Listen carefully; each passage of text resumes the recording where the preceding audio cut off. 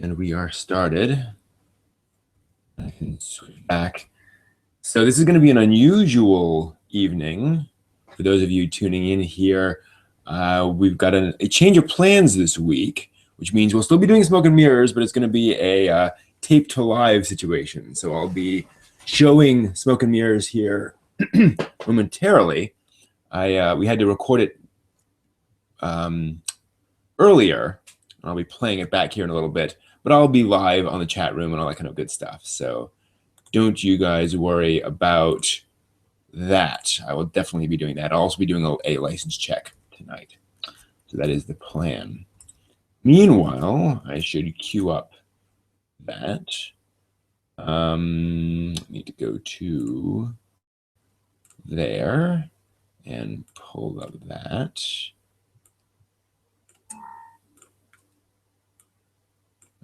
That can all go in there. So I need to pull that up and put that there and then pause it and pull back up the audio. Oh, I will need to do Soundflower. That's right. That's going to make this difficult. Hopefully that'll work. In. Let's see if that works.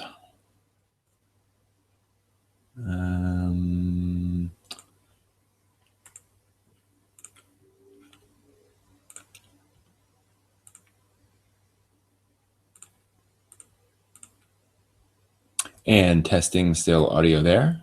Audio through Soundflower. Good, that's okay. But now I got to test to see, does this see Soundflower? It does.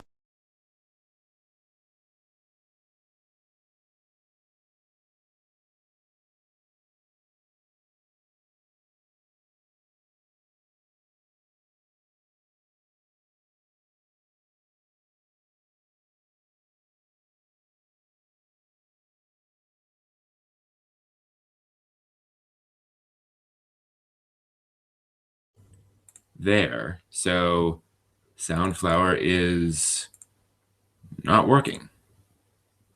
How interesting. How do I stop that?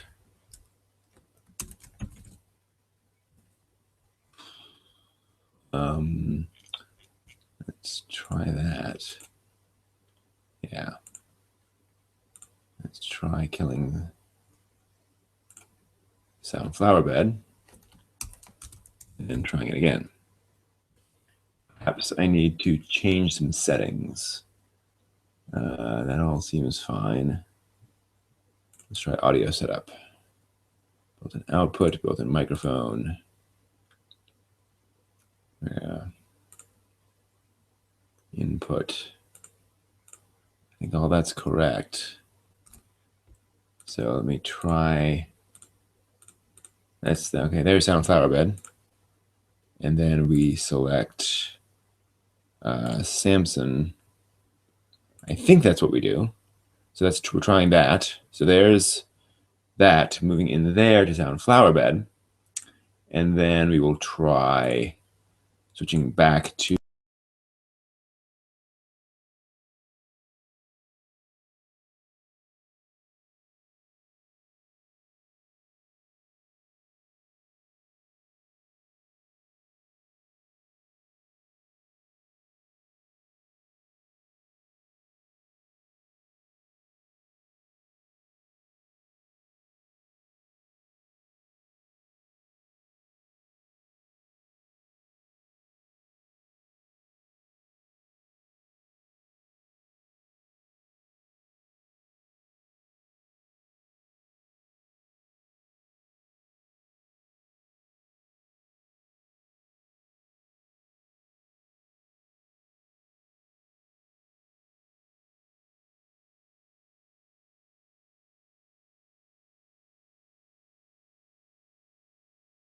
well, so we may end up doing something kind of different with the audio here. Audio may be a little harder to understand than usual, but that's okay. That's how things sometimes are.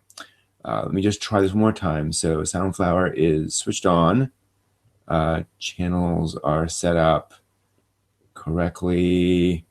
And just doing one final check of Soundflower to see if I can get that working. It is enabled. Oh, let's try demuting it, see if that helps. Yeah, all right. And then switching back over to Soundflower again. So there's Soundflower and it's dead. Well, that's annoying. Oh, wait, I'm getting something. There we go.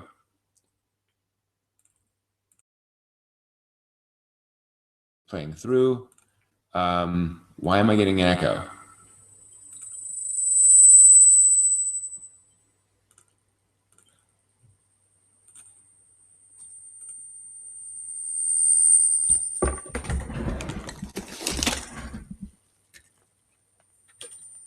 Sorry, guys, 1 second. There we go. It's getting feedback from the microphone. All right, so let's try that. That's better. Okay. Good. And so I double check, and yeah, that's correct. And actually, I can do that and lower things a little bit so it's more normal. Good. All right. Yeah, that was the problem. Okay. So now I've got audio routed through so I can play this correctly. So hello, everyone. And now...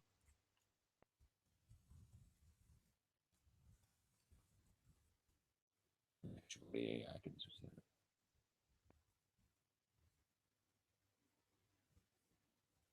yeah, let's give this a try. So this is going to be a little different. And I will switch over to there. And yeah, that works. Give that a try. Yeah, interesting. Let's give that a try. Recording, just so that's going. Good, that's there. And we can actually keep that up. That's nice. All right. You ready? Yes. All right. Oh. Helps to have the audio up. Dun dun dun dun dun dun dun dun dun There we go. dun dun.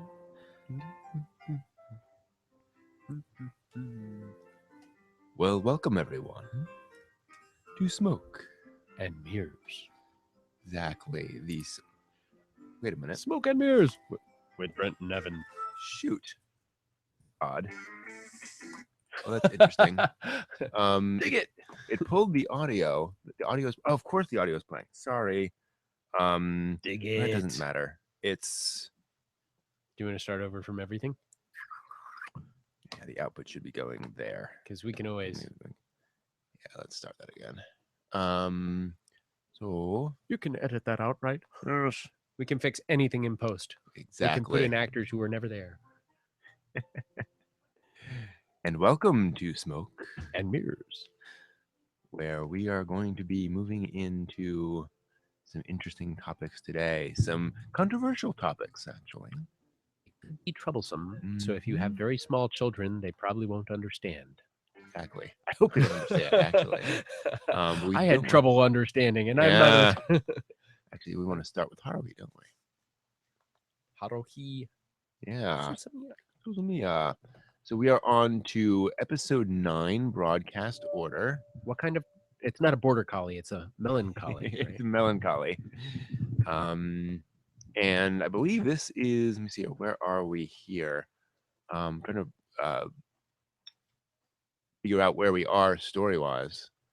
Oh, yes, this is A Day in the Rain. I'm probably getting that slightly wrong.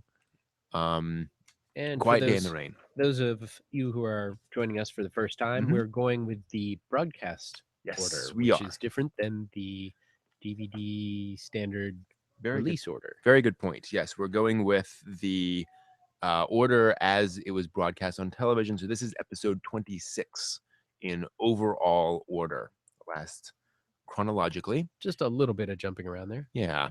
And this is an episode that is fairly inexpensive in terms of animation. So there's a lot of repeated animation. There's a lot of stuff that is just slow, still, not a lot of motion, but a lot to take in. And it's deceptively fast viewing. Right.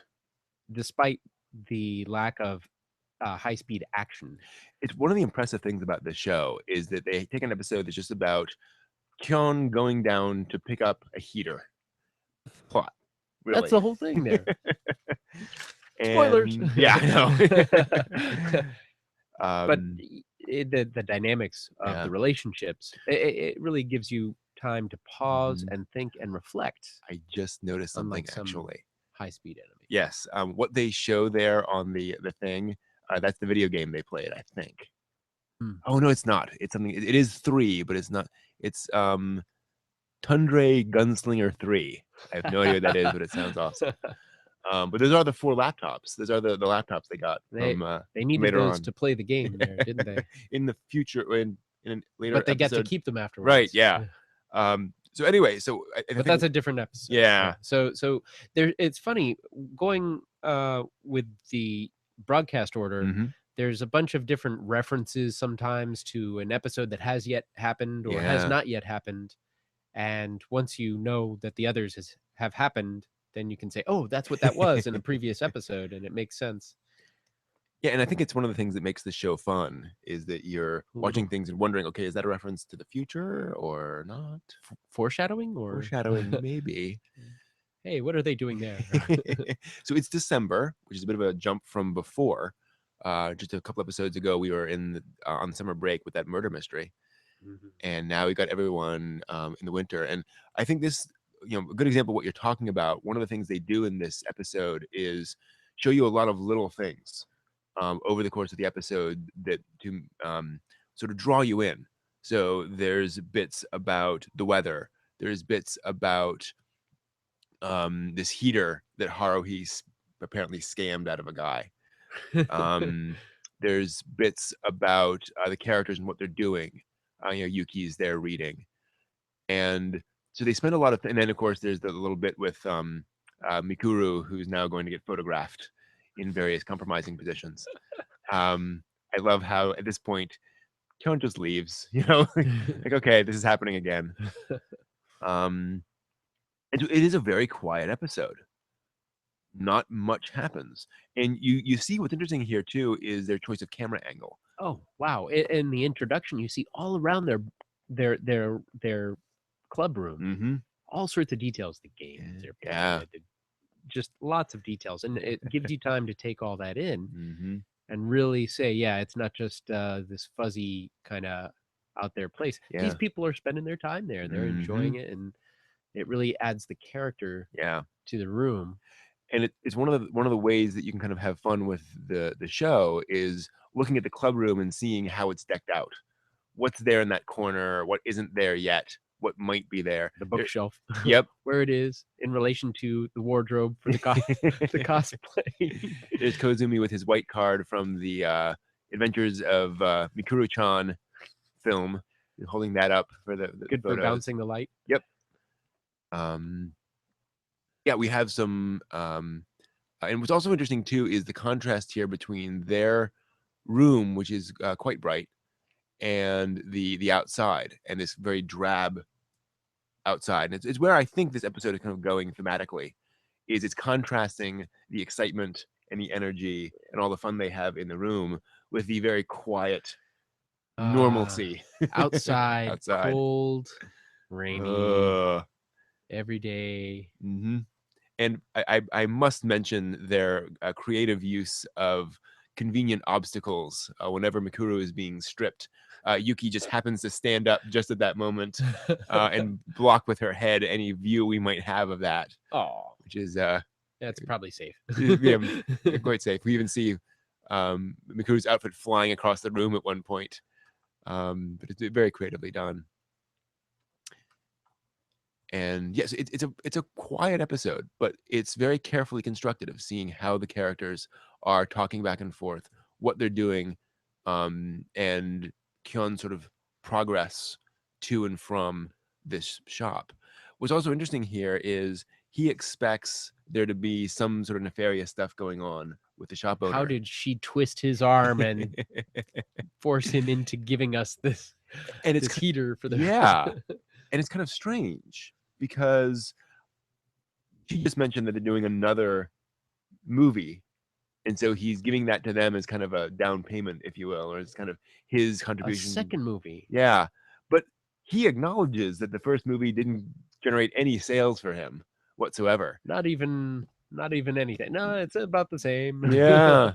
So, but he's going to underwrite the second one. Yeah, which is it's interesting. I mean, on the one hand, it does get across the power of Haruhi's personality, but also it is about the fact that there are people around who are just, happy to help out. Yeah, which is always good. Exactly. And then you have this wonderful sequence. So this is where folks started to complain a little bit, but you realize how funny it is on the backside.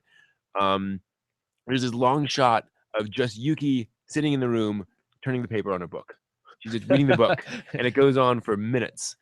But you hear very faintly the drama club in the next room. And they're rehearsing what sounds like something insane. Absolutely. It's just all sorts of these strange lines of dialogue. And I'm surprised she didn't force any of them into the movie. Yeah, totally. Well, they're not brigade members. No, so they don't belong in they're ordinary people. They're not espers. They're not time travelers. Right. What you notice as you're listening to that is that the voice actors playing them are the same voice actors playing the SOS Brigade. And in fact, one of them calls the other one Yuki. And the dialogue they have about each other is kind of interestingly revealing about the characters. So I won't spoil, any of that, but pay attention to what they're actually saying, and it's kind of interesting seeing how the characters talk. And the audio, of course, since it's from the next room, is kind of low and muffled. So if you're not paying attention, you miss out on some of that dialogue. You say, "Hey, why'd it get silent? Silent, turn up the volume, listen to the dialogue. It's a riot." It's great. It's also interesting seeing how they, just for this one episode, they changed the room around a little bit, where the table gets shifted over to the corner. And I'm not sure exactly why that is, actually, but it does get across the fact that this is a different day than normal. Something's a little bit off. It's askew. It's askew, exactly. And this is kind of an askew episode because nothing is happening. It should be an episode where there's all sorts of strangeness, but nothing's happening. And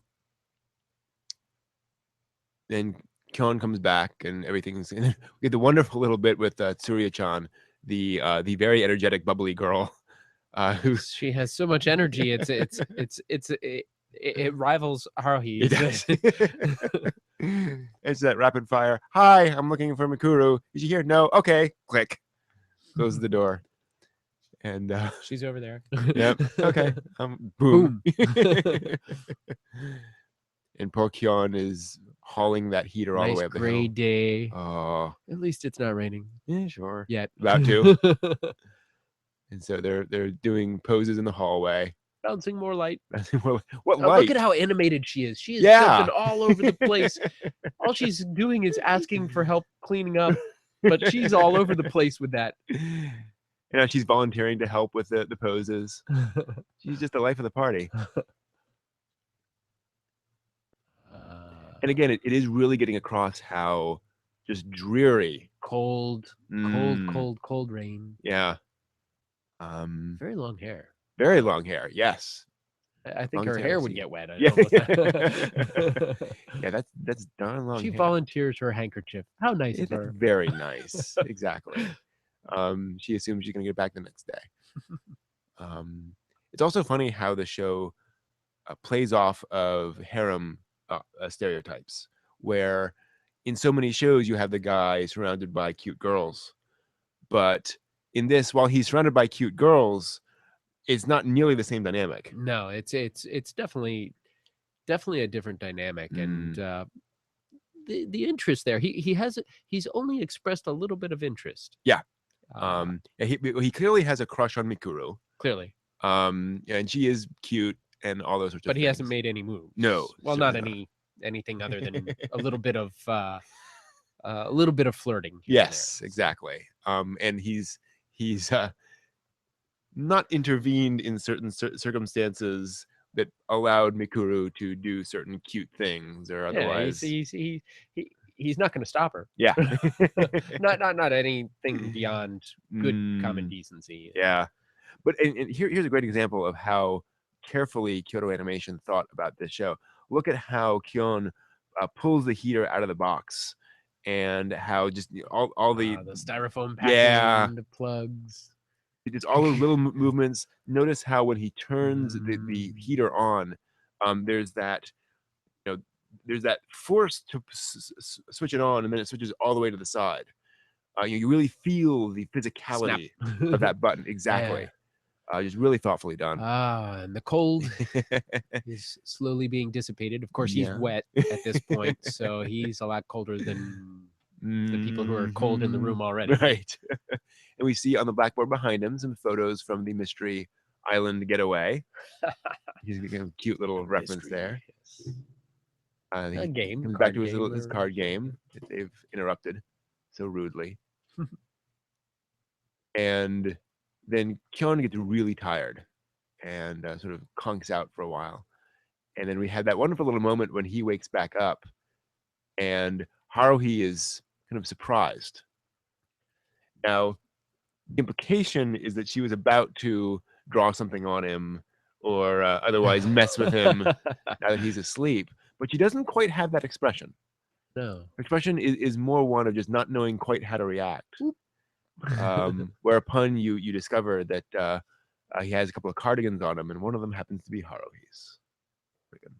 Wow. Yeah. Is there a little bit of interest on her part there? Maybe. Oh, she's being kind to him. A little bit. Poor guy's sleeping.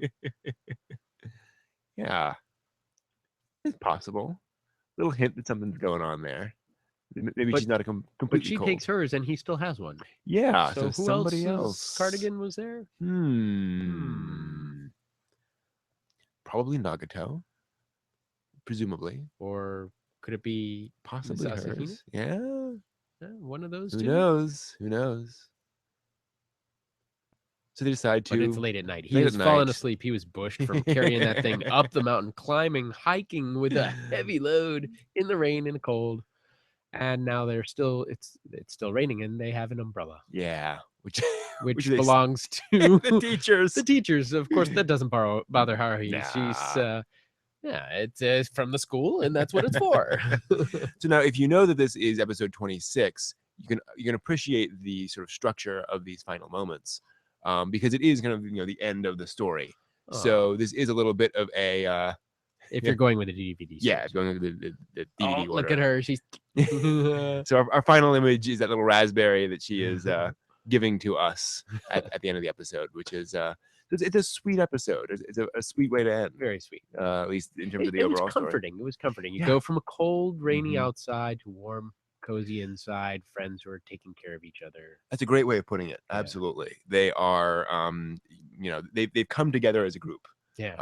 I think we've talked before about the Japanese concept of wa, which is the idea of the refresh me on wa. So wa is the Japanese functioning of the group. How everyone is how everyone is functioning to make that group a functioning whole. Everyone has a place, and it doesn't mean that everyone is happy with each other all the time. No, that would be unrealistic. Exactly. I'm not even happy with myself half the time. In fact, behind us on both sides, we have great examples of wa, where in Tenchi, by the end of that first OVA, the characters find their wa.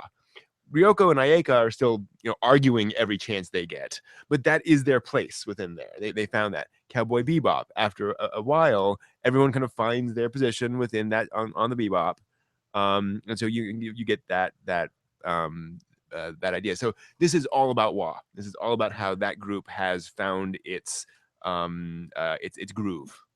The machinery of coexistence. Yeah, which is very important in a country where everyone, we have a lot of people living in small amounts of land together. Yeah, you kind of all have to figure out ways of living together. Moving on from that to Boogiepop Phantom. Boogiepop Phantom. I love that I can do that now in the microphone and it sounds right. So this is, and we were talking about this before, we're now on episode 4 of Boogiepop Phantom, and what I argue is their most daring episode, My Fair Lady. I have to agree that was one where I said, "Oh wow, yeah, that's pretty serious. That's heavy." So rather than going through sort of moment by moment, I think this will make a little more sense if we just kind of tackle the themes directly. Yeah. So there are kind of two themes going at once, or two kind of storylines. One is about this drug called Type S. Type S. Which is being sold or parade around as aromatherapy. It's just aromatherapy. Oh, that sounds like something that is really on the market these days. Yeah. With the bath salts, right? Supposedly that people are, the synthetic Yeah. synthetic stuff. So yeah, that I wonder if that's truth mirroring fiction Yeah, there. and that kind of amazing. So and S. yeah, Type S. Type S. And then the other is this young man who is obviously kind of ostracized and or maybe he's ostracized himself, but is very much alone. And he goes home and he plays these video games.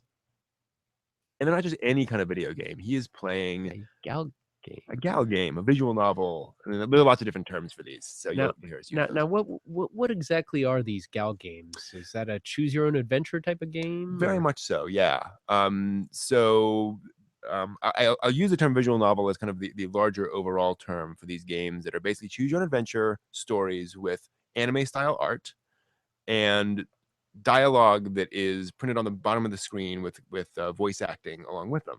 So imagine your characters waking up in the beginning of the day, and there's a girl standing there, and so you'd see an image of the bedroom with a girl there, and then a line of dialogue of her talking. And so the gal games are specifically games in which you are a male protagonist, and there are a bunch of girls in your life, and you get to spend time with them and choose based on your decisions which one you're going to spend the most time with, which will be your girlfriend, for lack of a better word. So sort of like a social situation emulator. Yes, and they evolved out of actually adult content back in the day, and I mean just straight adult content, because you couldn't. We both remember back in the very early days of video games, you couldn't really get photorealistic images 8-bit in the early days, yeah, but you could get anime style art, yeah, and it would look pretty good. So a lot of the early adult games, which were just basically a bunch of adult art just sort of in sequence, that's how they started. And they started adding in storylines, they started adding in decision points to actually make it into a story. And then that evolved, and kind of ironically, you started getting non-adult storylines told thank that goodness. way. Yeah. Other people can enjoy the the technology, if not the content. Yes. And so now the sort of stereotypical visual novel or gal game is one in which you're surrounded by a bunch of different girls, and you choose which one you spend time with, and there will be one or two, let's say, adult sequences during that, but most of it will be just sort of your normal day-to-day interactions. Now he's playing this gal game, and we see first off very clearly that he's only focusing on one character, and dang if she doesn't look young. Yeah, he's hyper focused on this girl, and we don't even see any of the other girls in this game. But he's focused on the one that looks most like she's 12. Yeah. Which is a little creepy. Yeah, the guy's in the dark there, so he's all alone in this room in the dark, checking out this girl. Yeah, and we can all assume, especially at this time of visual novel development, is probably an adult game. There's probably adult content involved. Now, what this episode is very clearly dealing with is this idea of the downsides of these sorts of games. The fact that we all acknowledge these games are out there and they exist, but they're basically saying there are some potential psychological effects of playing these games exclusively. He's obviously not wanting anybody else to know about this because he's isolated himself. And so there's already a little bit of concern. He's isolating himself from others and engaging in an activity that he wouldn't want others to know about. So he's withdrawing to some degree from his natural social interactions to a place where he can make decisions on his own time about how his social fantasy world will progress. Yeah. And then that's intertwined with another storyline about a girl who comes to apply for a job at the restaurant where he works at. and he discovers that she is underage, which means that she'd be about 14 years old because she's not quite in high school yet. And she certainly looks like she could be in high school. So we can assume 14-ish. You're right on the cusp there of being. Yeah. And this sort of then kicks off his fantasies because she is very similar physically to the girl in the game. And his fantasy takes that and starts thinking, oh, girl in the game. Oh, man. Girl at the restaurant. Girl at the game. Girl at the restaurant. There's that line, which we both commented on when it came on. She's a girl so fragile her bones would break if you squeezed her. Squeezed her. That's dang creepy. That's creepy. That's creepy for the story. That's creepy for even more creepy for real life. Yeah. I mean, she's fragile. I mean, I understand that point, but when put in that context, it definitely goes into the creep zone. Exactly. And so one of the other elements of this is how manipulatable that character is. You know, the one of the downsides of these visual novels and the way they portray characters is that your choices determine how that character behaves. The outcome is determined by you. You can drive them into this situation or that situation. They have no will of their own. Yeah. You know, it is completely dependent on how you behave with them. And we see that bleed over into his real life. And you can play the game again, I take it. Yeah. So you can always get your way if you learn the method that you need to control somebody. Exactly. You can just reset. And in fact, we see that later on in the episode where we see he is apparently, well, one of two possibilities, but we see a screenshot of the game and we see this girl that he's working with as the character. He has a flyer and a disc for CG school, so I'm thinking he's modded this game to look like the girl probably that he has made concessions to hire. And we've already seen that he recorded an audio clip of her voice. Her voice even. So he's modded it to control her image. Yeah. And that really is, I think, the danger that they're showing here is that you can get so wrapped up in these easily manipulable versions of girls that it's easy for that to kind of bleed over into your real life and your actual interactions with normal people. And one of the things I like about this is it's not that he immediately goes out and treats her exactly like this. No. But he starts small, like, you know, he gives her uniform and it happens to be the smallest uniform they have. And he gets rid of in the garbage the normal size uniform that would be a little bit more discreet and less revealing. Yeah. So he's beginning to manipulate in real life to some degree. Yeah.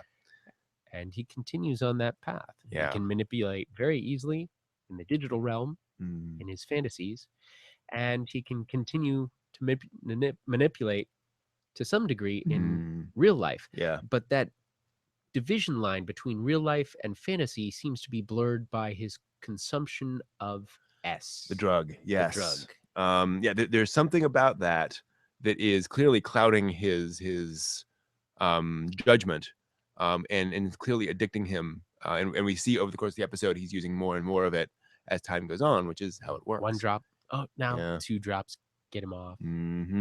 3 drops at work. yeah, that's a bad sign. He's suddenly getting high at work. And I'm assuming one of the reasons he's doing that is because he wants her to also be experiencing the drug, which will make her a little bit more open and a little more, easy to manipulate. So it goes in increasingly disturbing directions, and he's kind of lording over her the fact that he knows that she's underage and that he could get her fired, basically. She wants to continue working, but if that news got out, it would destroy her future. Well, I mean, at the very least, she could get expelled from school. Oh, that determines her whole future, though. Yeah. She's studying to get into school, into a specific high school or beyond that. Everything determines, and so he has a lot of power. Yeah. Well, that's the interesting thing. He thinks he has a lot of power. Aha, the delusions. And we consistently see the show kind of undermining that. Like in all of his conversations, he's talking about this girl, and they're all like, "Yeah. What about this type S thing?" Yeah, he's hopped online and he's talking about his his pursuits of her and fantasy, and how she's his lady. What was it? The show that My My Fair Fair Lady. Lady. Yeah. So he's got this illusion of this, but nobody's concerned with that conversation. They all want to know where he got the type S. When My Fair Lady is also a great thing you brought up, because the whole idea of that is very similar, where there's this girl that a guy brings in and kind of molds into this specific Trains shape. her. Yes, trains I'm her. not I not And it's all about him, molding this girl. He even goes as far as to say, I've taught you how to sit, how to cross your legs, how to do this. Mm-hmm. It's really creeping her out, but she's kind of stuck doing some of that stuff. Right. And well, that's the funny thing. I love about this episode is that we then get to that point where he tells her how to sit down. That sounds so insane. It sounds insane, but to be fair, it's because she's got this very short skirt, and so he's explaining, here's how to sit down in such a way that you're not going to reveal your panties or whatever. And so she clearly gets, like, he's crossed a line at that point. And so she goes to her manager and says, yeah, he's creeping me out. And he goes, yeah, you're right, I'm going to fire him. Boom, in like 15 seconds. She was scared of him. Yeah, and legitimately. And he doesn't see all these directions that as being creepy. He's in his delusional world. Mm-hmm. His parents are trying to counsel him to, hey, just get into a state school. We're not asking you to go to the best of the best. Just get into some school. But he's given up studying in pursuit of the fantasy world, fueled by the drug. Yeah. And that's the interesting thing is, when I saw that flyer for the computer school, I was a little worried that they were implying that, computer school is, on the side. But that's serious stuff. But, then we realized he only wants that to mod the exactly thing so he could do but he'd given up his studies at that point. And, the parents trying to get to him didn't work. Doesn't work too well. But we also have this story where he has a supplier of yes. And was that a girl from school that he's? Yes. So there is a girl from school, and I'm trying to find her name here. And yeah, she is very much a pawn in all of this thing. The poor thing. One thing about this show that's kind of amazing is there's so many characters. It's hard to keep track of all the names and people. But I remember the girl had at some point rose-colored glasses. Uehara. That's the one. Uehara. I tell you, so she got addicted to the S at some point. There was a guy who was giving it to her in an alley, and so that's an interesting thing. Then she became a dealer. So we see a couple of things here. We see Uehara. Yeah, I love that outfit she has on. I'm going to see if I can get a image of it here. Where is she? But yeah, and so she's wearing this crop top, very kind of mod outfit. Yeah. And those rose glasses, kind of slightly 60s, 70s style rose glasses. And so she's got a supplier. Yes, more of that type S. And when he goes to get some S from her, she says, "Oh, I've already smoked some of yours already," and he's fine with that as long as Just she has give more me for more him. S. Yeah, which is again. But this is the interesting thing is maybe that was her. Nope. So one of the remarkable things about that whole storyline is the fact that you then see her. You then see her in the alleyway, and she is being supplied, but by what appears to be Saotome, aka the Manticore Phantom from episode 1. And the other interesting thing about that is we don't see any spirit stuff going on. No, it's all just. And of course, we don't know. It could be he's just yeah. But it's definitely him. It's the same voice actor. We also see Nagi Kirima. What's she doing there? Why would she be there? Very similar to her. Yeah, and it sounds like the same voice actress. And again, for those of you kind of seen the show, we know that there are various phantoms going around that were created by the Column of Light event. And one of the girls earlier in the episode mentions, "Oh, I thought I saw her down in that area." Exactly, and it's a very important point. Is that we see Toka and some of her friends at the restaurant talking about how they saw Nagi around here somewhere. So that's again kind of your hint that something weird is going on there story-wise with Nagi, or who appears to be Nagi Kirima. Unfortunately, Uehara doesn't last long. No, when she meets both of them in the alley, she Mhm. asks for her S. Yeah.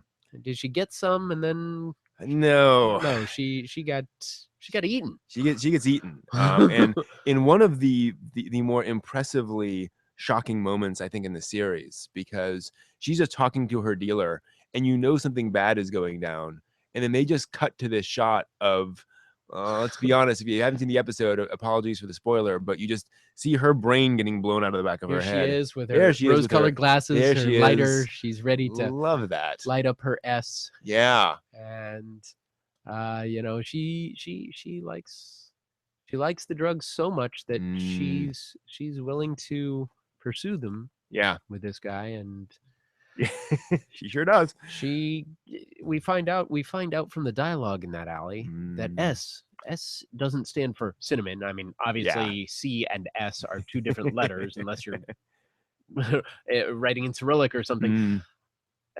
S doesn't stand for cinnamon, it stands for slave. Yes. Which is what has become of her from using all this S. Yeah. She's become a slave to the S, and so she has to come back to her dealer. Yeah. And now the person who she's been selling it to is coming straight to the dealer because she's out of the picture. I mean, she's being eaten by. Which is a great metaphor, and I think a strong metaphor for what those kinds of things can do to you. The addiction. Yeah, I mean, one of the things I love is that, you know, they're not talking about the effects of the drug. They're not talking about what's going on. They're saying the problem is it binds you to the person providing it. Yeah, you know, you're dependent on it. That's not a good thing.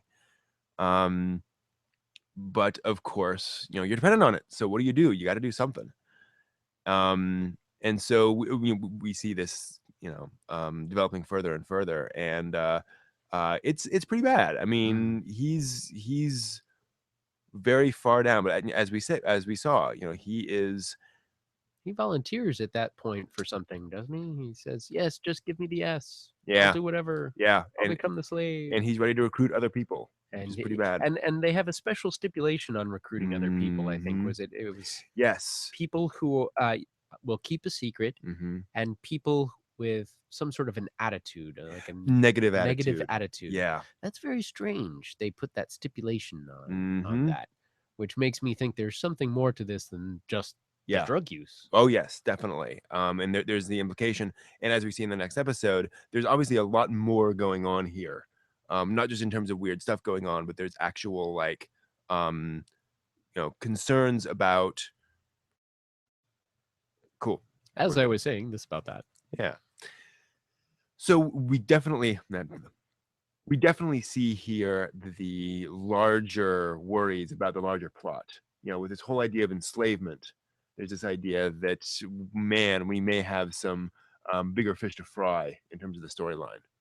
That's a very big eye. That's a very big eye, indeed. Well, you know, we like to kind of get these things across. And then what happens at the end? You know, poor guy, kind of. Well, it's 1 month later, and the guy who is freaking out. Yeah, he's lost his job. His parents, I don't know what, they probably kicked him out. I wouldn't be surprised. I mean, the way things were going there, and he's kind of lost it. I think the S has kind of driven his brain into a state, and he's kind of made some life choices that have really taken him to a bad spot. So the police realize this, and they're trying to subdue him. And we remember this scene from earlier because we saw it in an earlier episode. We saw the from a different perspective, though. Yes, the girls were passing by, and there's this guy being held by the police. Yeah, and he is calling out to them about this girl that he maybe thinks they look like, and we realize they walk by, and one of them says, "So who's Panaru?" The same place that the opposite perspective. And then we hold for like several seconds on this shot, and the volume actually comes up a little bit as we hear that "who is Panaru" as they walk past, and we kind of hold on this moment. And I think they're really trying to drive home the fact that Panaru is all about, you know, sort of distancing yourself to an extreme from the world around you. Whereas, as we saw in the previous episode, right? Yeah. And this episode is very much about becoming so obsessed with a single thing. He got so close to the object of his desire, but Mm, he isolated himself from everything, and he yeah. has nothing now. Well, and that's the sad thing is that you get the sense that, I mean, she seemed like a perfectly normal, nice girl. If he had approached her as a normal human being, rather than right, rather than as a controlling. well, it's a funny thing. Like he wanted to turn her into his anime character in a real way, and kind of that visual novel character. He was trying to sort of force that on the real girl. Whereas if he just approached her as a real girl and said, "Hey, you want to go out for burgers or something," he probably would have had a better chance. A much better chance. Treat people reasonably, and they'll respond. Imagine that. But she's not so interested now. Yeah, quite understandably. definitely. Yeah. So yeah, it's not good when you get into those sorts of things. Definitely one of the most mature theme Yeah. ones that I've seen in this series. So well, I mean, it's a thing that gets into sort of computer addiction, drugs, sex. Well, and not just sex, but let's just say underage sex. Yeah. His desire for something that's definitely pushing the limits there. Yeah, absolutely. And it's something that sex and drugs and hey, yeah, it's something that any rock and roll, but true. But it's something that's there in fandom, and that stuff exists, and so it's nice seeing a show at least addressing it on some level. Yeah. Moving on to the interlude. So this is kind of an interesting little episode for Boogiepop Phantom. The interlude, where that's episode 5. Episode 5, set in a cop. One of those patrol booths. Yeah, patrol booths, and these are very common in Japan. They're these tiny little, like a kiosk, like a guard. Yeah, basically. Yeah, guard shack, just a little bit larger. Yeah, just big enough for like 2 people. Every prefecture seems to have a little police unit, not a full station, but and I mean, more than each prefecture, almost every street corner, every block. Yeah. And so we get this conversation, which quickly goes very strange, and which is building on that previous episode. So we're starting to get some larger backstory and back plot about the episode.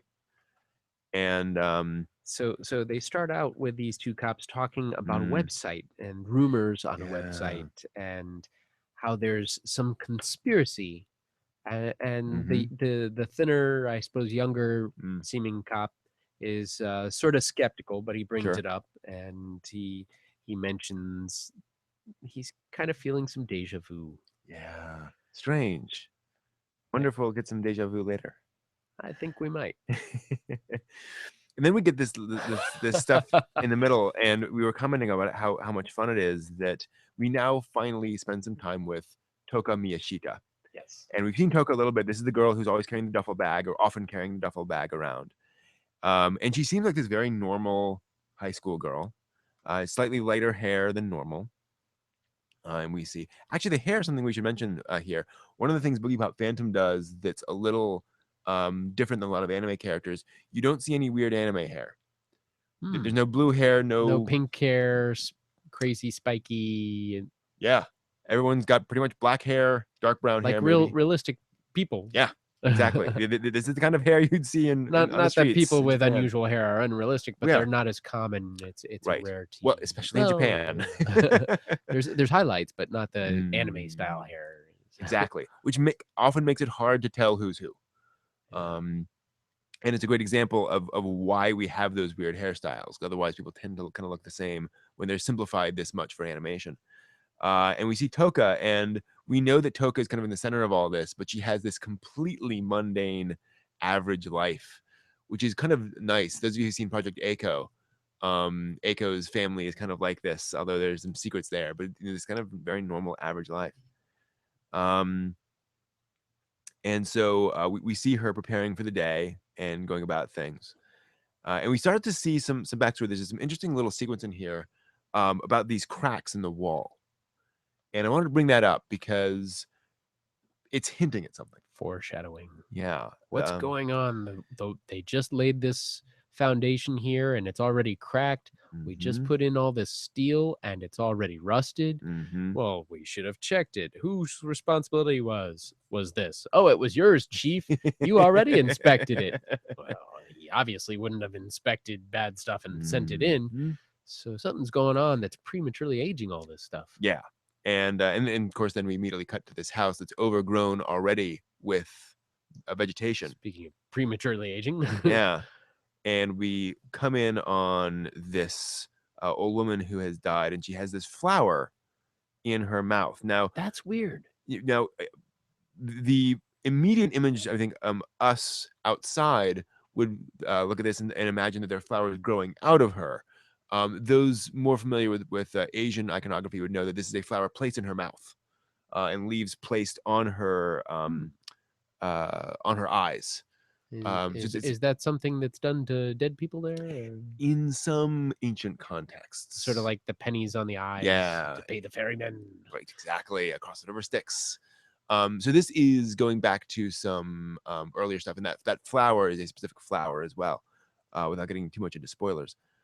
So we get this conversation between the police officers, and we find out that she left a message about her daughter. Yes, please take care of my daughter. Her granddaughter. My granddaughter. I'm sorry, yes. Minaka. Minaka, exactly. And there's a picture that they find. However, the granddaughter is shown as 5 years old, but she's standing up, and it looks like she's taller than the grandmother. Yeah, I mean, at 5. She looks more like 14 or something in that, which is quite strange. But we get a bit of this kind of backstory idea, and we also recognize the cop. Back to cop. Yeah, so he's one of the cops in that little prefectural or little street corner office. And so it's quite odd that we would have all this vegetation growing over something without anyone noticing it. Yeah. We also cut back and they're having a conversation again about another one of these rumors, odd things, paranormal kind of websites.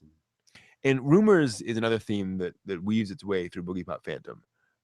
All of the kids are talking about different rumors in their school. There's rumors on the streets about what's going on. And it's interesting seeing authority figures. Yeah. Do you believe in that? I don't know, but it's a conspiracy theory. Yeah. But gosh, it seems like deja vu. And we continually cut back and forth to these two police officers having a conversation. Yeah. And they cover several different things like that, including kids with powers. Yeah. And composite humans. And we learn a little bit more as it progresses, but it's very small segments that we get. Yeah, very little bits. And each one seems to end with the younger police officer having a deja vu or a very strange feeling about having had that experience or conversation before. And that's the neat thing about those sequences, is because they're not saying the same thing over and over again. They're saying something different each time. Yeah, but he still has this deja vu. Did you hear that before? Yeah. No. What's going on? Something strange. So then you get this little sequence between Maggie and the cheater girl. The cheater girl with not glasses. The cheetah girl, but we tend to her name call is her that. what is it? Looking her up right now. I got too many notes in front of me right now. Suema, I think. Yes. Suema Kazuko. There we go. The girl who cheated and had the spider eaten off her. Yes. and here, only in anime. And so and here we see this interesting moment between the two of them, because she meets Nagi, and we get this interesting moment where they both just sit down and talk. Yeah. So they're clearly a little more familiar with each other. Didn't they meet on the roof, and there was some dialogue about her father, Nagi's father's book? Yeah. Exactly. So there's clearly something between the two of them, and that they're willing to kind of talk back and forth about what's going on there. The light from 5 years ago, and there was a killer who was after Suimo 5 years earlier, and she was the next on the list. And so, of course, she's still around. So apparently, the killer stopped for what purpose? Did the killer get caught? And it's interesting that Nagi, that she's asking Nagi about it. And why would Nagi know? Yeah, she was in the hospital at that time. Right. But And she was talking to a detective, so something's maybe going on. maybe she thinks that Nagi knows something that Nagi's not sharing. And Nagi is clearly a little annoyed that Suema realized this. She's kind of Yeah. frustrated by this. But she inquires about Toka. well, so that's I love this little moment where Nagi turns around and says, "Hey, do you know Toka?" And Suema says, "From the other class, right? I've heard her name." And Nagi says, "It'd be interesting if you talk to her." Is she giving her leave? And I love that because one of the things you see about Nagi throughout all this is that she is clearly forging her own path. She's trying to learn things. She is not trying to manipulate. No. And this is her She's way. the truest character there in that respect. Exactly. And so this is her way of kind of hinting and saying, that might not be a bad idea. But if you don't do it, she doesn't it's force fine. it. Here's an option. Exactly. So it's a little strange, but then no stranger than the cops.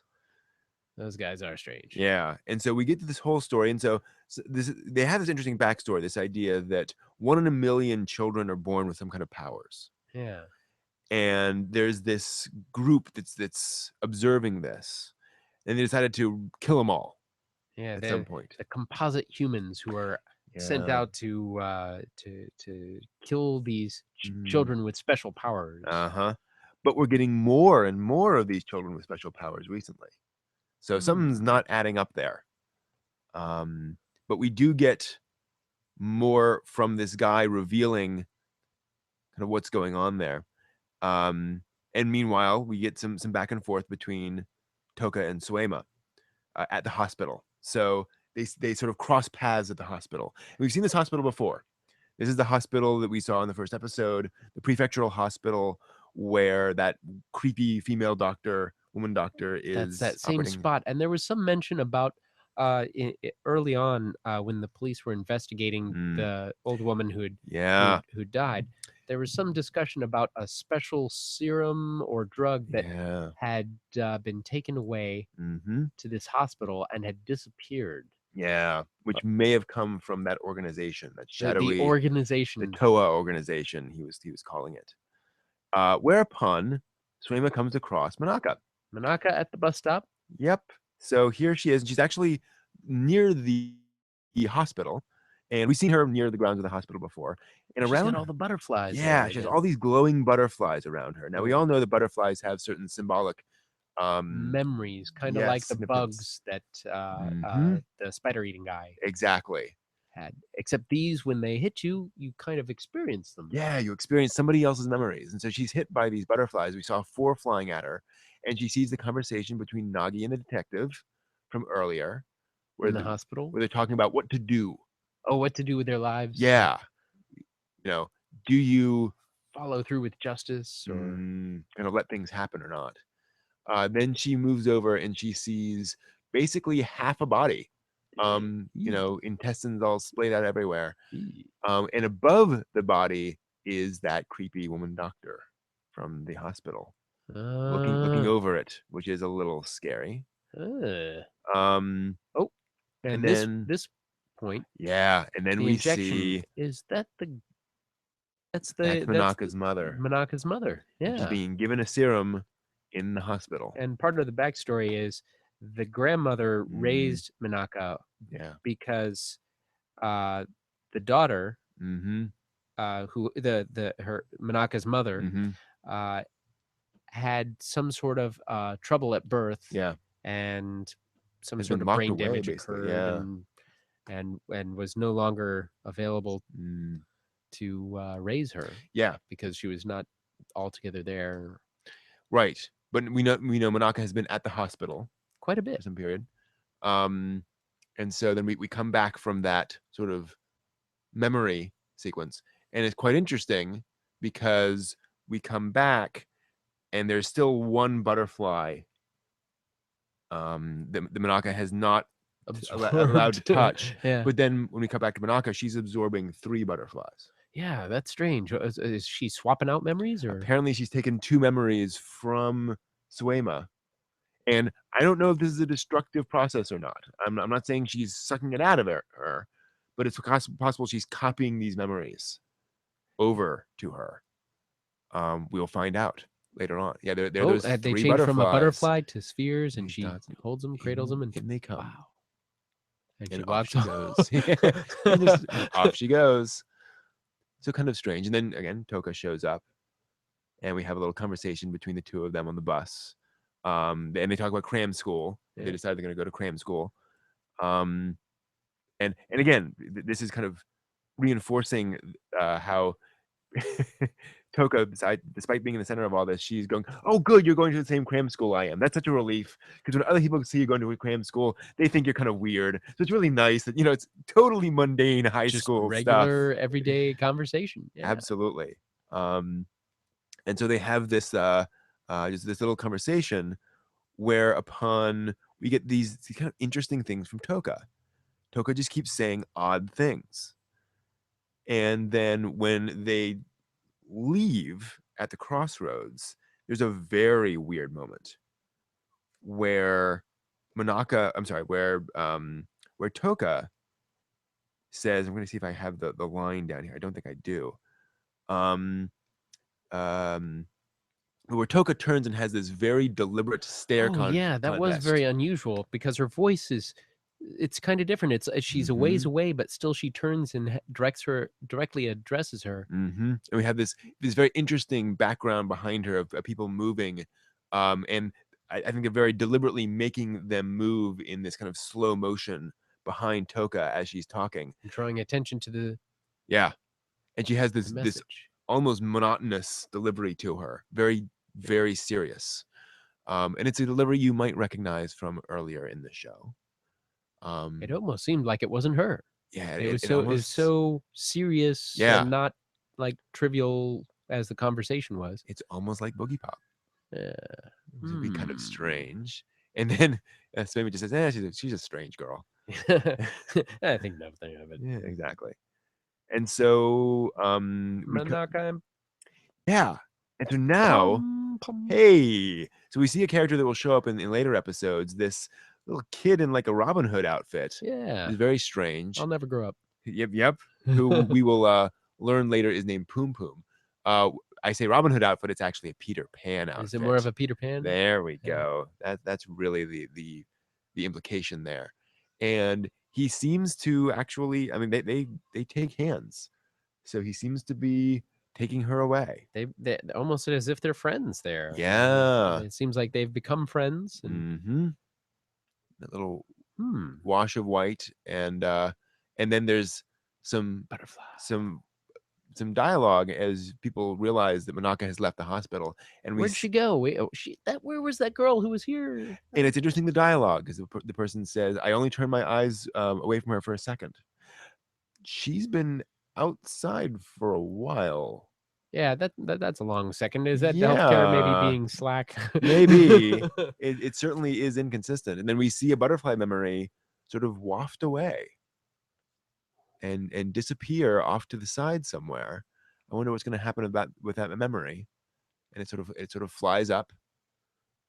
And then we come back to our police, whereupon we finally kind of the get deja vu yet again and again and again. And yep. Something funny. Yeah, and we realize the what's actually going on here with the cop is actually it's not just banter, it's real. Yeah. The cop, this is definitely a bad sign for what's going on. He explains that these composite humans, and they've been talking in theoretical rumors and websites and conspiracy stuff. And he mentions the name of one of these composite humans, Snake Eye. Yeah, Snake Eye. And so he does this weird twist with his head and proves that he is not human. He is a composite. Composite people get bored, and so we like to talk about conspiracy. I love that. That he's like, he was always planning to do whatever he's going to do to this guy, but he's like, I'm bored. I'm just going to sort of talk for a while. Yeah, the Snake Eye guy came and swallowed a police officer and took his form. Why? Because he's bored. And then you get this very interesting kind of epilogue to that, where the guy wakes up again. Yeah, it's like he keeps repeating a time loop. He's not dead. He's not eaten. He's not a composite human. What's going on? What is going on indeed is the interesting question. I'm gonna blame that big light at the beginning. Quite possibly. So that is where we are with Boogiepop Phantom. This is definitely turning out, as somebody said on one of the posts, a sepia riddle. Yeah. It's there we very go. dark visually, Mhm. and it is definitely a riddle. There are so many different characters, so many different motivations, Mhm. and it's mind-boggling. So putting together all these pieces is Yeah. It's kind of like one of those big Russian novels where you kind of need to pay attention to who's who and who's doing what. And once you do, it's a fascinating experience, Mm. but it definitely rewards that. But as we were saying before, you can also see it just purely as this story about philosophy, about how people approach the world and how they see the world, and what is the best way of doing that. What are proper ways of seeing the world? We see in Toka this very forthright approach to the world. Um, Next episode, we will get Mother's Day. It's going to be quite the interesting episode. That is where we are with Boogiepop Phantom. Thank you all for joining us. I think that will do it for us for Smoke and Mirrors. Thank you very much for joining us. See ya. Bye.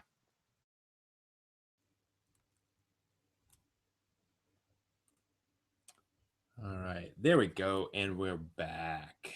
Nice. Let me get the audio back up a little higher on this end.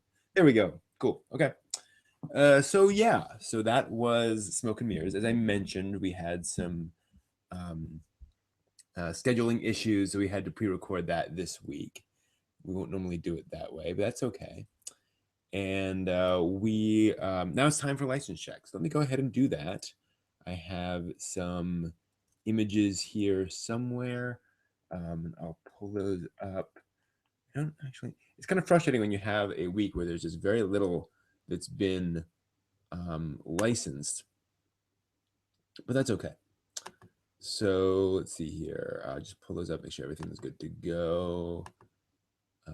Yeah, we can kind of do that. That makes sense. That is ready to kind of play dance. Ready to dance. All right. So yeah, let me do license check here real quick, and we'll see how that goes, and then we'll talk anime in general. All right. Starting in 3, 2, and welcome back to license check for June of 2013. I know we're a little later than usual this month, but we had some scheduling change ups. So let's talk about all the anime licensed outside of Japan in June of 2015. Starting with The World is Still Beautiful, which you may know as a fantasy series that came out back in 2014. It has been licensed by Sentai Filmworks, so that's cool. We're seeing some of that. A recent fantasy series, again, licensed by Sentai Filmworks, should be coming out fairly soon. Also licensed in June by Anime Limited in the United Kingdom. A couple of UK licenses this month. First was Aoharu X Kikanju, which is a also known as Aohara X Machine Gun. I'm actually not familiar with this one. It's tagged action comedy shonen over on good old My Anime List, but it is described as, I don't know.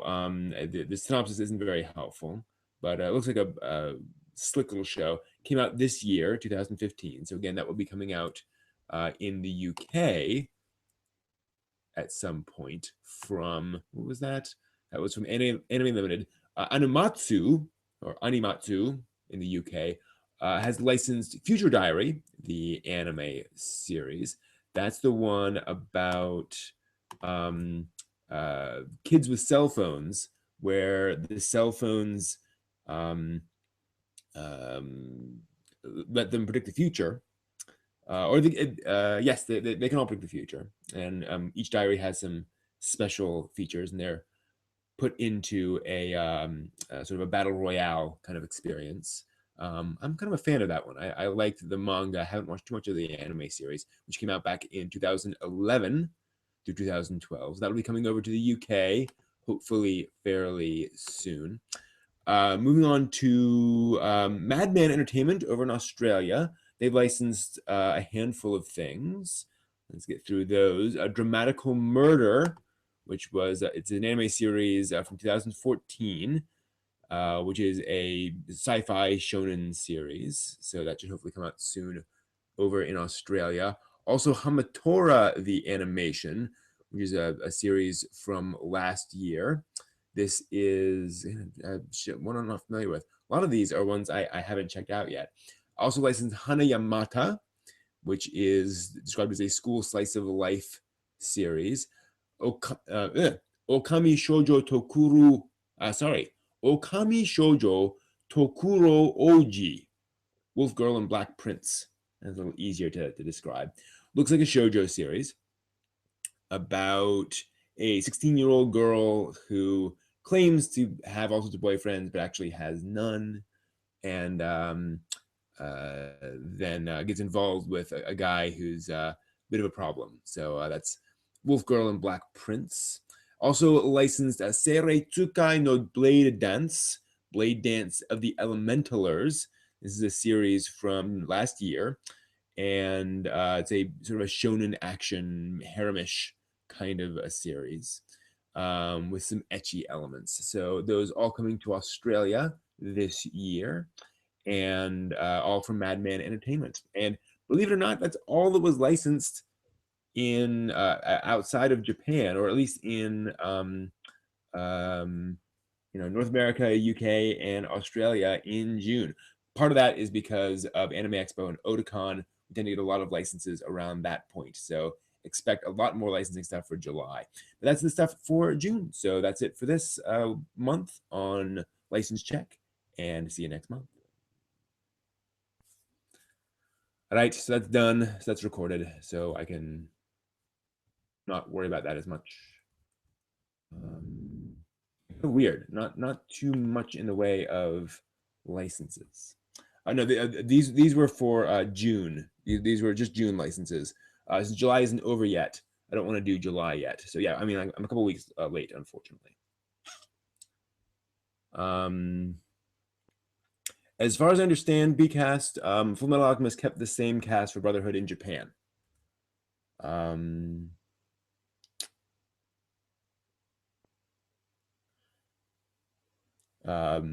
Yeah, I mean, and the dubbing thing is a little different. They it's a little easier for folks to continue doing a dub, because you come in and you spend a day or two dubbing for a movie, let's say, whereas committing to James Bond is spending months and months in this role, so it can be kind of exhausting. So it is a little easier, in fairness, for those dub actors to stay on. And in North America, they'd love to, but the places are so spread out that if it's picked up by Funimation when it used to be dubbed by a company in another part of the country, then it's kind of hard to fly everyone out just for one thing.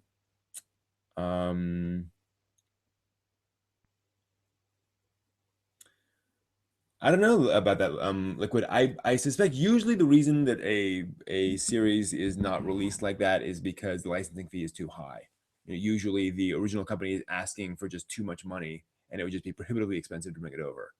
Unfortunately, that appears to happen a lot, where the Japanese company is just kind of outpricing the North American market, and hoping that somebody will pony up for it at some point.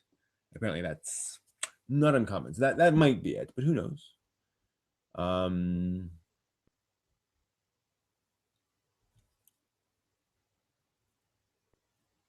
But yeah, and I'll be doing a July license check, hopefully in early August. The way we try to do this, by the way, is that Evan usually has one of these changes in schedule early in the month, and when that happens, I'll record license check, and then I can post that for the previous month. So he'll the first week of May, for example, he won't be able to do regular recording, so I'll swap out and do a license check for April. But this month everything got changed around, so it's kind of different. I actually could have just recorded one, July 3rd or whatever, but I figured there would be a time slot. So one of those things, you make your choices and you figure it out. So a little late on the licensing stuff, but licensing stuff isn't as up to the minute kind of news. It's still useful even to hear about it a couple of weeks after, which is one of the reasons why I do a whole month's worth at once.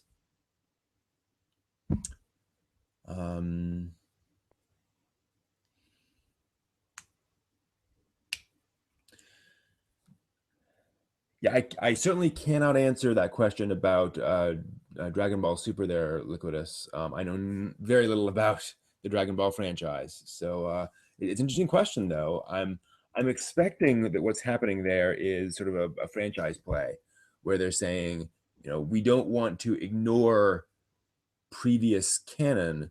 We're going to mine those previous storylines for material for Dragon Ball Super, but they can also just go off in their own direction if they want to.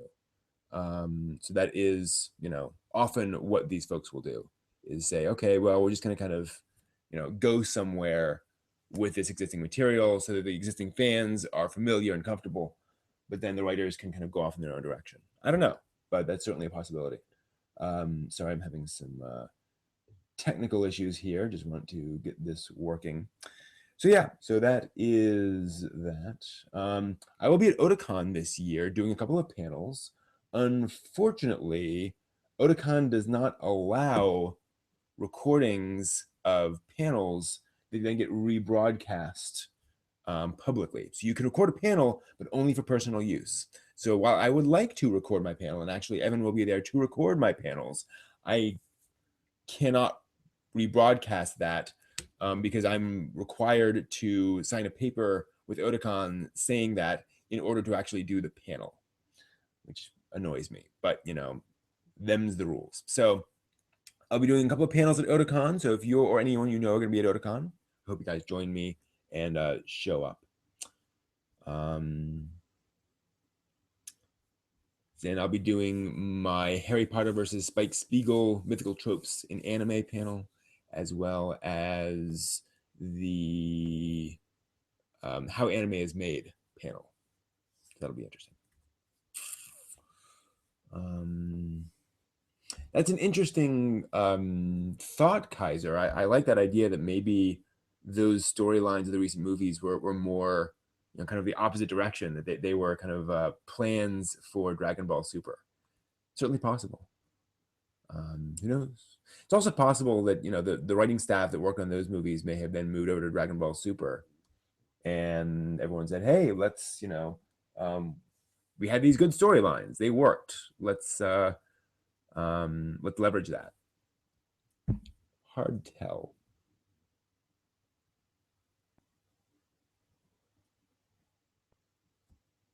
Animation mistake. Yeah, that happens a lot. And Toei is fairly well known for animation mistakes.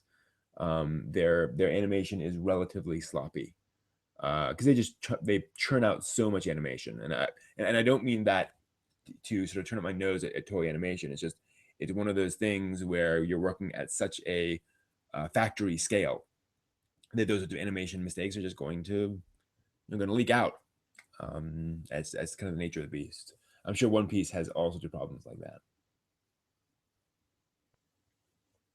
Oh yeah, sure. I watched the Super Mario Brothers Super Show back in the day. That was a fun one.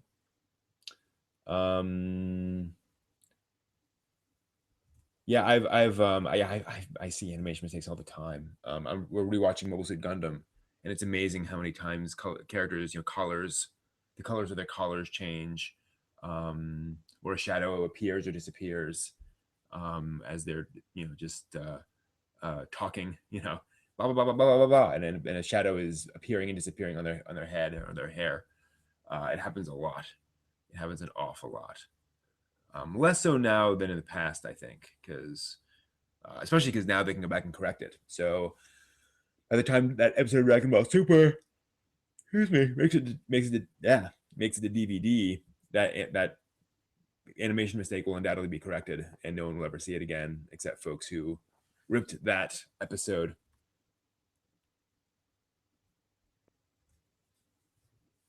Yeah, it's quite common. So yeah, I'm curious to see what you guys have seen in as animation mistakes in shows. Usually, the shorter shows don't have as many mistakes. It's one of the reasons we're having fewer animation mistakes these days than in the past, because you can spend a little more time on 13 episodes than you do on 26, much less 52 or 180 you'd get in some of the earlier series. So that's a little easier. And the average anime series length has been well, it decreased until about 2010, and now we're getting more longer series. But yeah, it is true. Yeah, I mean, and lest we forget, back then a lot of that stuff was being outsourced to developing nations, really. So a lot of them, I'm sure, had never seen Mario or Luigi. So I mean, obviously they should have checked the model sheets, but I'm sure the characters were far less iconic in whatever sweatshop was coloring those cells back in the day. But yeah, it is funny when you see those things. It's like, yeah, no, that's completely the wrong color. That's just not right at all. Just nope.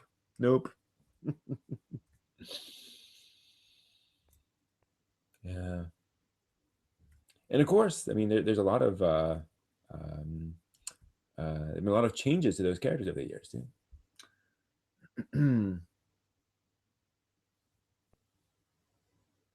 Interesting. Yeah, I know folks who complained about the art style on broadcast for Sailor Moon Crystal. It wouldn't surprise me if they went back and fixed that. I know for Akami Chu, that was the first series where I noticed that they went back and the broadcast opening credit sequence is very simple and is mostly clips from the show, whereas the opening credit sequence in the DVD is all original animation. Actually, Read or Die. Read or Die was the first one I saw where they actually changed the show itself. Where the visuals in the TV broadcast were much simpler. When the characters are in like libraries, it's all very simple books behind them. So this would be just kind of swashes of color basically. Whereas for the DVD, they went back in and added what looked like titles on all the books. So obviously you couldn't read them, but the details certainly went up for DVD release. So I think Read or Die, or Read or Dream, technically, is the name of the TV series. ROD the TV. That was that was early on in that process. I'm sure it had happened before that, but that was about the era when they started really realizing, oh, we can do this, which is really good.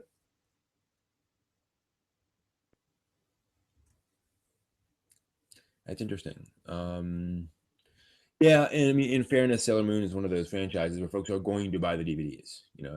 That's going to have a big market there. Although it kind of surprises me because Sailor Moon is such a broadly popular franchise. I would have expected them to spend more time on the broadcast version because the large majority of folks watching that, if it indeed was watched by a lot of sort of normal Japanese people, non-otaku, they're not going to buy the DVDs. They may rent them once or twice, but they're not going to go out and buy them. So that's interesting. I am surprised that the changes are that significant. Although, of course, that could be one of those things where because Sailor Moon Crystal was under so much scrutiny that we just notice all of the differences.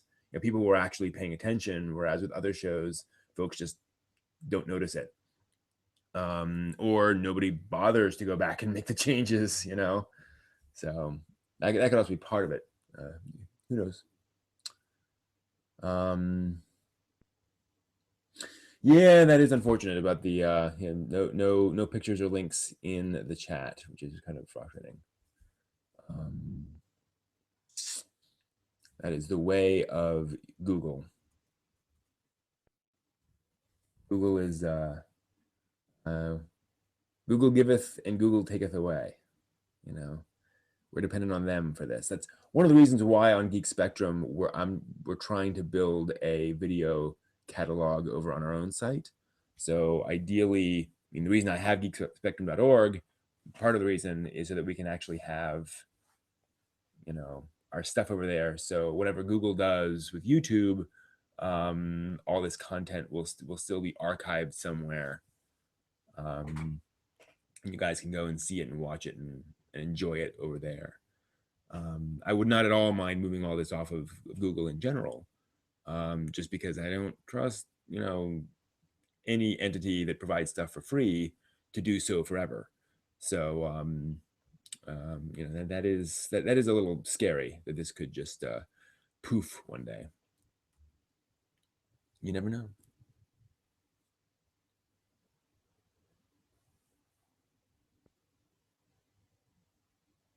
Yeah, and Sailor Moon. I mean, Sailor Moon is unbelievably popular in Japan, even to this day. I mean, it is a massive, massive franchise. Undoubtedly, one of the biggest ongoing franchises in, you know, certainly in Japanese, in the anime manga world, sort of otaku world. So you'd think, who knows? But again, it could be one of those things where it's like, it's not going to matter. Folks will tune in. Folks will buy the DVDs. It's interesting. Hey, Klonoa. Good seeing you back again. It's been a while since I saw you in the chat room. Making a list of anime to review. Cool.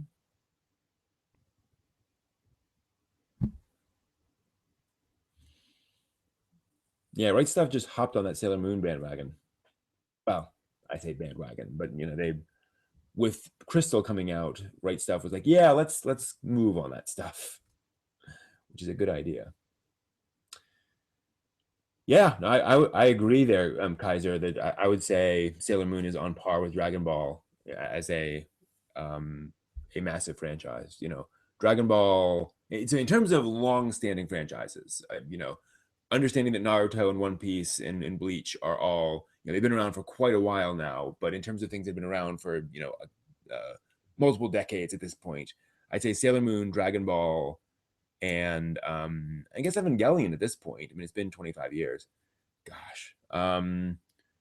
So yeah, I think those are probably the big ones. Detective Conan, Lupin the Third,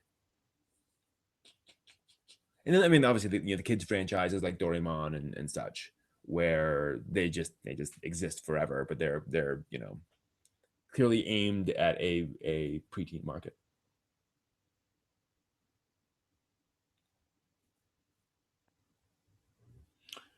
Yeah, what have you guys been revisiting lately? What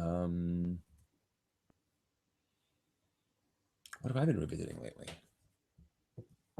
Not really. I actually have been keeping up with some recent anime series, unusually, but I haven't been going back and watching stuff. Oh, actually, I do. Although this is something I hadn't seen before. Went back and watched Those Who Hunt Elves, the TV series. Because the first 6 episodes of that I watched. But as you know, Evan and I have been revisiting Mobile Suit Gundam. So that's our current revisiting thing, is the original Gundam.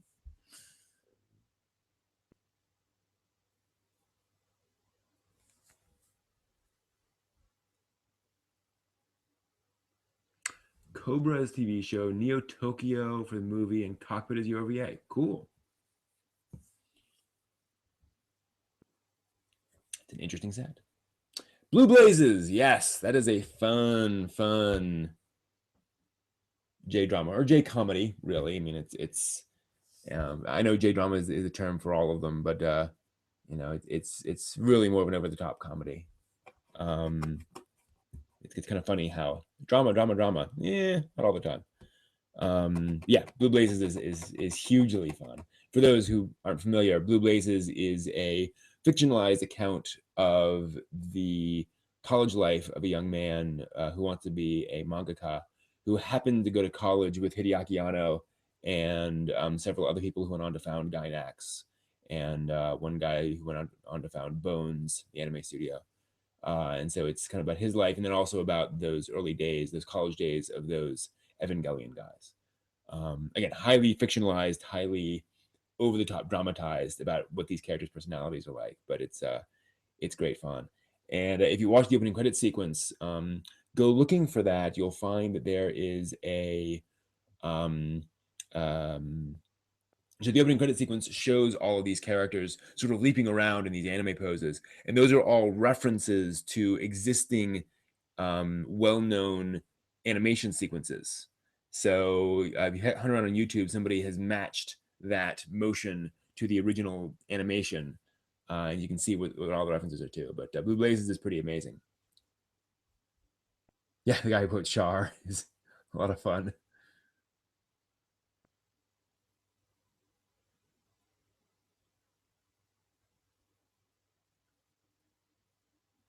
But yeah, Blue Blazes is a lot of stuff.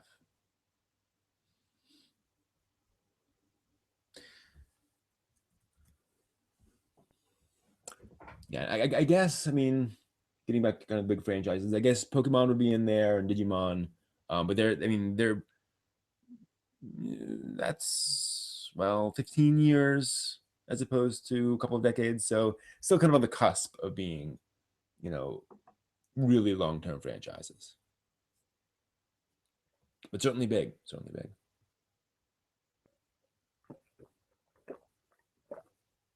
And of course, Hello Kitty. I mean, Hello Kitty probably outsells them all, but that's the way it is.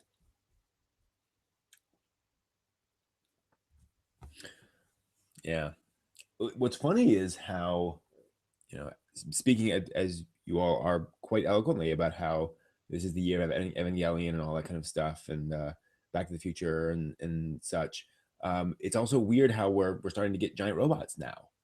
You know, with the publicized match between the U.S. and Japan, and the Karatas guy taking on the challenge, which I suspect might have been planned ahead of time.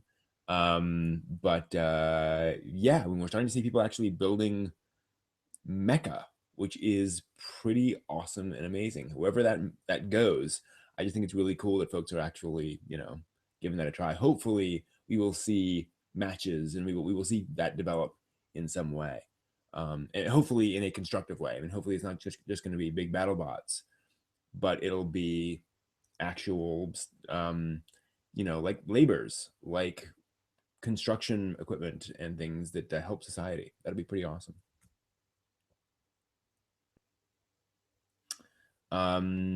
Yes, certainly Yokai Watch is becoming really big right now, but I mean, there've been a lot of, you know, big trends that then die out. So you know, Blaze Blue was going to be a huge thing. You know, Pogs were a big thing back in the day. So you know, will Yokai Watch go the distance? Who knows? But it is certainly huge, and it is very well positioned. So who knows?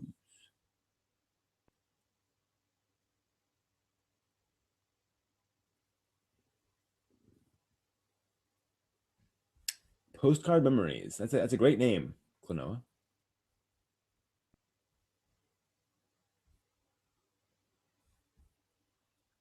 Yeah. Yeah, Dazaki is a great one.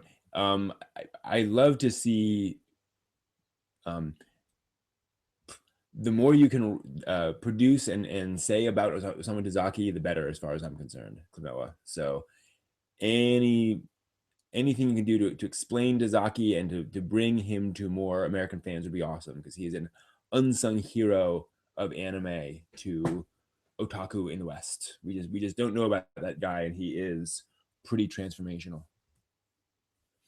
My thoughts on Gintama. I watched like one of the Gintama OVAs, and I was just thoroughly confused and put off. The humor was very the humor, I guess, was referencing things that didn't make sense to me.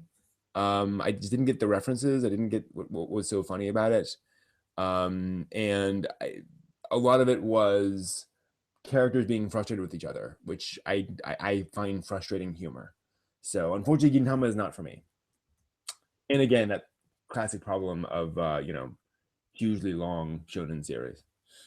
Um, I might be cosplaying at Otakon. I do have a Shinsengumi costume, that I might wear like on Thursday. I'll bring the costume.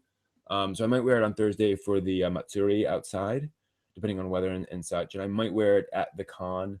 The problem traditionally and classically is just keeping that not incredibly wrinkled is really, really hard. I'll be staying with a friend and just, not in a hotel room. So I will bring a costume. I might be wearing it, but we will see. I want it to look nice, basically.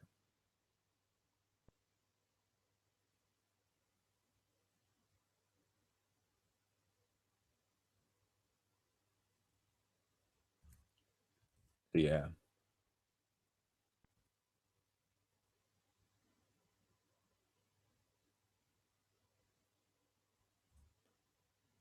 Yeah, it remains to be seen. I mean, what and I have not seen any of Yokai Watch. I've seen like a teaser for it or an ad. It strikes me as the kind of show. Sorry, what was that? Oh, phone losing battery. 1 second. Yokai Watch strikes me as the kind of show that's weird. That phone is losing battery fast. Yokai Watch strikes me as the kind of show that's going to be rather hard to localize. It strikes me as a rather Japanese show. So I'll be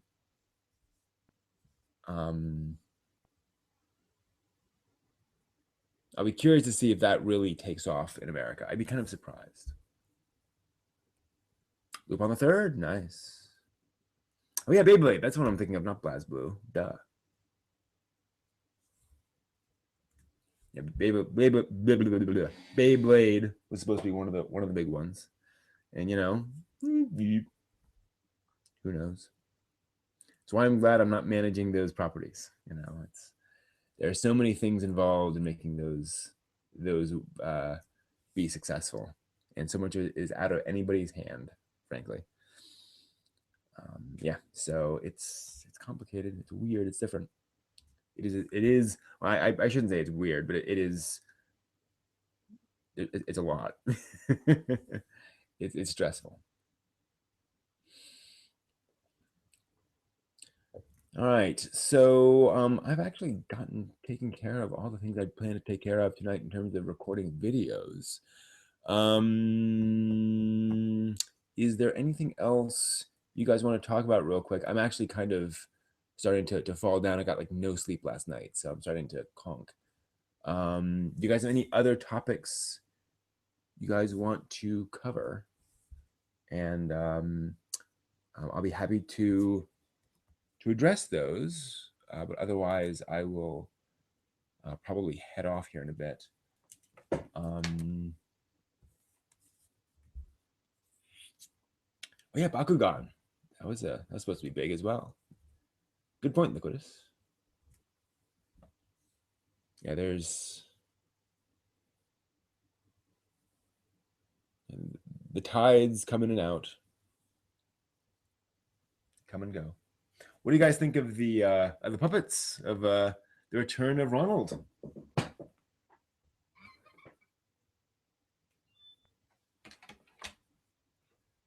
And the green guy.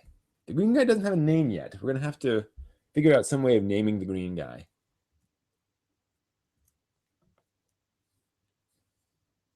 They've been fun. Ooh, is that still going?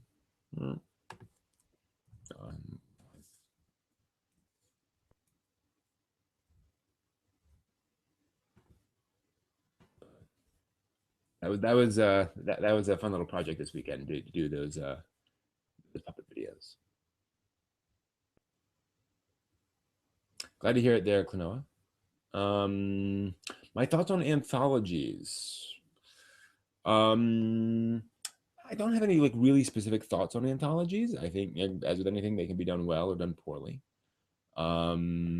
They certainly don't seem to get much love in North America. And granted, I mean, I don't know the economics of those. Is the thing is that there are certainly there've been quite a few anime anthology works done. So clearly somebody's financing them, but it's hard for me to imagine how to pitch that in terms of how it's going to make money, other than anything else. I mean, I guess you're saying, okay, instead of getting one creative team, we're going to get 3 creative teams and each do 20 minutes of this movie or whatever. But it always seems like a hard sell economically. But we have had a fair number of them. But yeah, I like anthologies in general because you get a variety of different voices, but they're generally all focused around a specific topic. So who knows? I suspect some of those anthologies probably had foreign money involved. Where they're like, yeah, we can sell this internationally, so we'll make that work. Oh yeah, it's been a while. So a while back, I did a review on here using a bunch of different puppets, and so they reviewed what was it? They did a review of some anime series. Oh, I think it was Iron Man, Rise of Technovore, or that could have been it. Maybe it was something. I did a review with them, and so they reviewed it, and it got some positive response, but I never could find a really good use for them.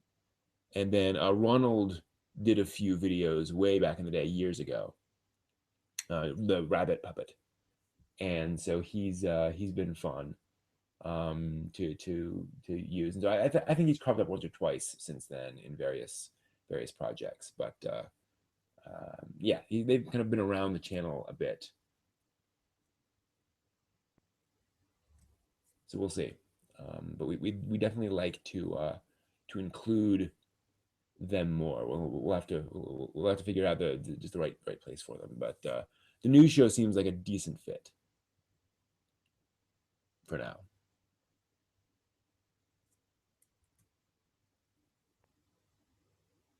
My favorite anthology. Yeah, I don't really have favorites. I really don't. Robot Carnival is interesting. Neo Tokyo is interesting, particularly the last one.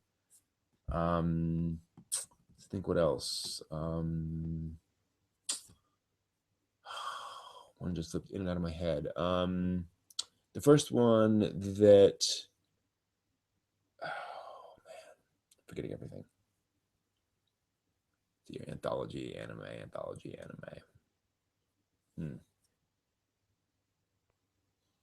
Yeah, there have been a few I know that I've seen that were really interesting, but I can't remember them. But yeah, Robot Carnival and Neo Tokyo are certainly at the top of the list in terms of memorable. Memories, that's right. Memories is one of the ones that intrigued me quite a bit and had some nice moments. That was fun. I mean, not quite thought-provoking, but fun.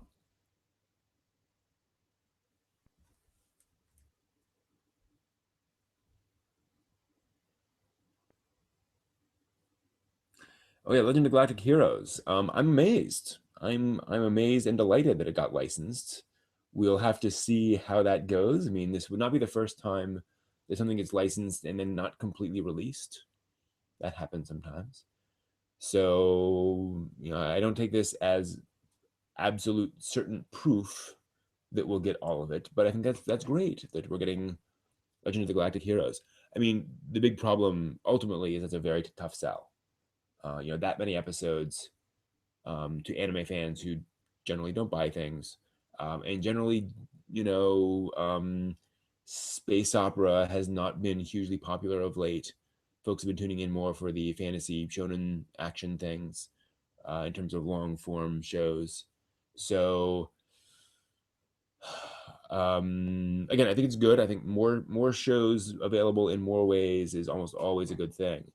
But I think it remains to be seen how well that'll do. The hope is that will ignite more interest in both more classic anime and also in longer form science fiction stuff.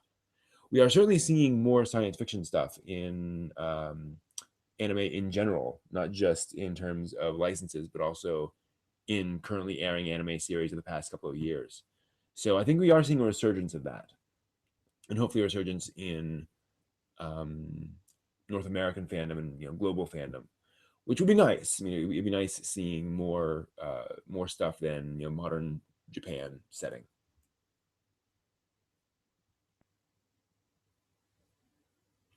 Yeah, Sci-Fi Rose of Versailles is a decent way of putting it. I know very little about it, but yeah, it's a big, big, big, big political story in space with lots of big spaceships and such.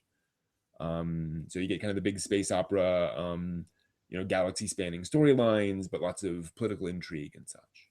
So from what I understand, like if you like all of the Gundam stuff where it's people standing around making vague threats at each other, that's basically Legend of the Galactic Heroes, or a lot of it. So, and I do like that. So, speaking of which, I did watch the first Gundam The Origin episode, which was rather glorious. Not quite what I expected. Surprising. I was surprised at how comedic that first episode of Gundam The Origin was. But once I, got used to that, I really enjoyed it. And it's interesting how I'm going to go out on a limb and say that this has some of the most, it might even have the most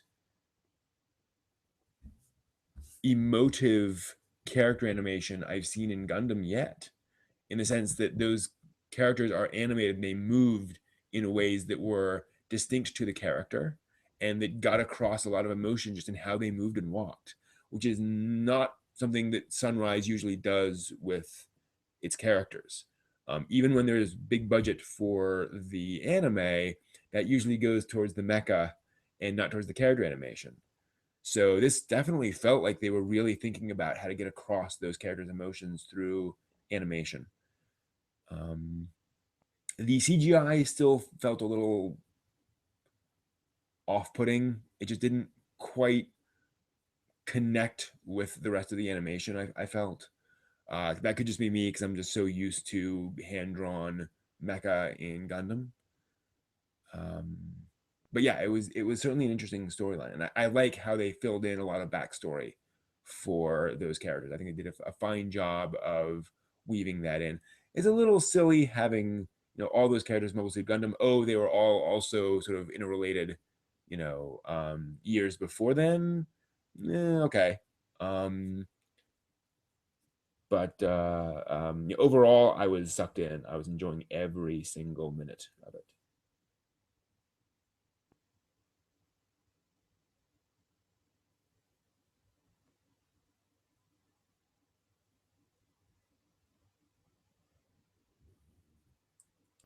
Thanks for stopping by, Kaiser. He's probably already gone. Yeah, the CG horses, particularly Klonoa, were just off-putting. And there were some CGI characters in there too on those horse-drawn carriages that just didn't quite fit. So they're getting there, but it just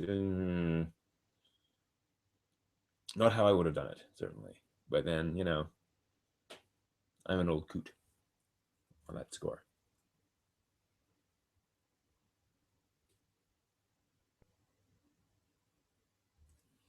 But yeah, and actually the CGI on the Battle of Loom, like I understand where they were going with it, and I appreciate that they had a different take on the Battle of Loom using CGI, where it's just this constant motion. And I think that was a smart take, but as a result, it felt like a video game cutscene. I couldn't appreciate what was going on very well because it was all flying by me so fast that everything looked the same. I mean, there is a point at which the speed goes so fast that you can't actually see what's going on, and you can't slow down and appreciate it. So, and again, I think that was kind of their goal with the scene, but as a result, it didn't have the weight that the Battle of Loom has always had in Gundam. That is a major moment in the history of the Universal Century that we haven't seen animated before. I think certainly not in at length, and to have them rush through it like that. I mean, not rush through it, but to have so many sequences of that just flying by you so quickly felt like it cheapened the experience a little bit. So that's my personal opinion.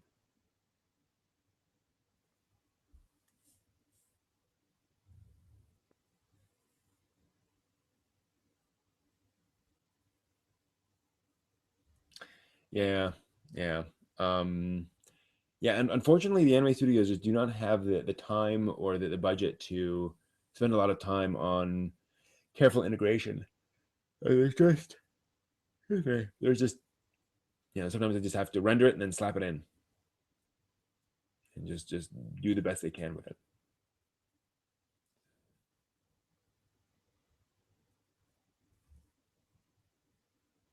Recommendation for Korean animation? Yes. Um, so there's oh, the wrong night to ask me for anime recommendations. I'm gonna really try though. Oseam, Oseam. I'm gonna type these into the chat room, which is sort of a Grave of the Fireflies type of thing. Also, Sky Blue, aka Wonderful Days, Ghost in the Shell, kind of a sort of a thing. Depending on how translated, sometimes it's translated Sky Blue, sometimes Wonderful Days. Those are both wonderful movies. Also, My Beautiful Girl Marie is an interesting film, sort of a Ghibli-esque kind of a story concept, with some really interesting moments, but all about kind of modern living and modern life in South Korea. I found that really interesting. I haven't really seen much of South Korean TV shows. I've tried a few episodes here and there, but nothing that really caught my eye. Obviously, Bastoff Syndrome, aka Bastoff Lemon, was a South Korean animated show, but I was not a big fan of the animation in that one, so that just I couldn't get into that one. I have not seen Giant Robo, but I've seen AMVs of Giant Robo. I kind of want to get more into the background of that franchise and that universe before I watch Giant Robo, because it's obviously referencing so much of that universe. I kind of want to have better familiarity there.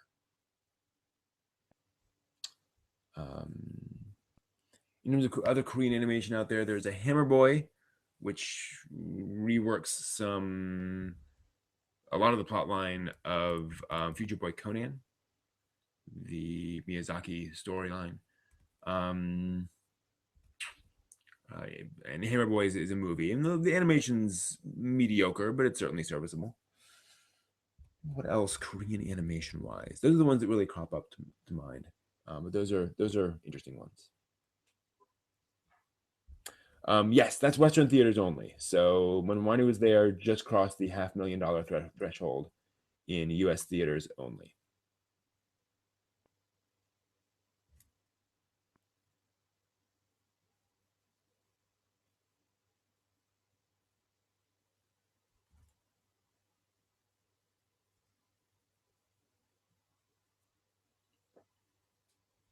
Which is a very good thing. And that's about as much as you could expect from a non-Disney theatrical release of an anime film that otherwise has, very little in terms of name recognition. You can say by the same studio that made Spirited Away and the others, but otherwise, it's not going to get that draw. So.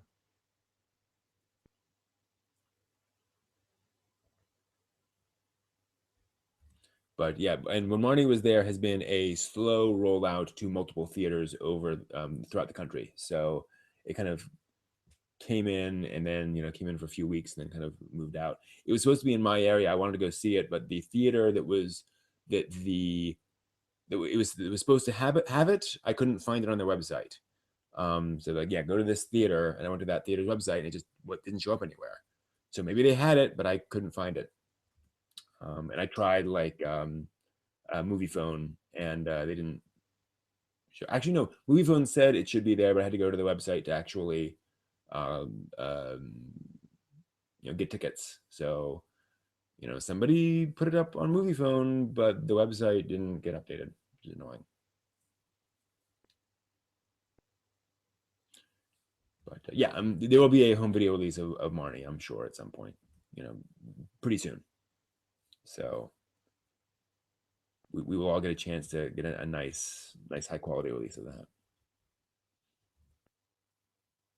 All right. Yeah, my brain is starting to completely die on me. So thank you all very much for joining us this week. As you saw, we're playing around a little bit with our video structure, which is good. I mean, that episode of Horizons got a lot more views. So it's good to see something that people are enjoying. Smoke and Mirrors will continue through Haruhi and Boogiepop. So 2 episodes at a time of Boogiepop. And so we have, I think it's through like mid-August until we finish up Haruhi and Boogiepop. So keep on watching those and following us on that. And then we'll see where we go with it from there. We have some ideas for follow-on shows, but we're thinking of maybe changing the structure for those. And not doing, episode by episode, but kind of doing it in different directions. So once we have those nailed down, we'll let you all know. But that is the plan there. So yeah, no huge changes happening soon. But I'm bleeding a little bit. Yeah. I have a little sore there. So yeah, no massive changes anytime soon. But just tweaking the formula to find out how things work. So yeah, FYI.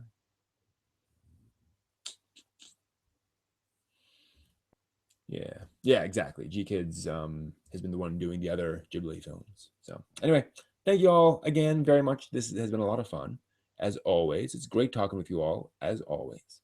So I hope you have a great week. I'll be at Otakon this weekend. We'll try to check in with you guys over time, post a video here and there. I'm gonna try to get some interviews while we're at Otakon. And otherwise, we will see you guys next Tuesday for more. So take care, guys. See ya.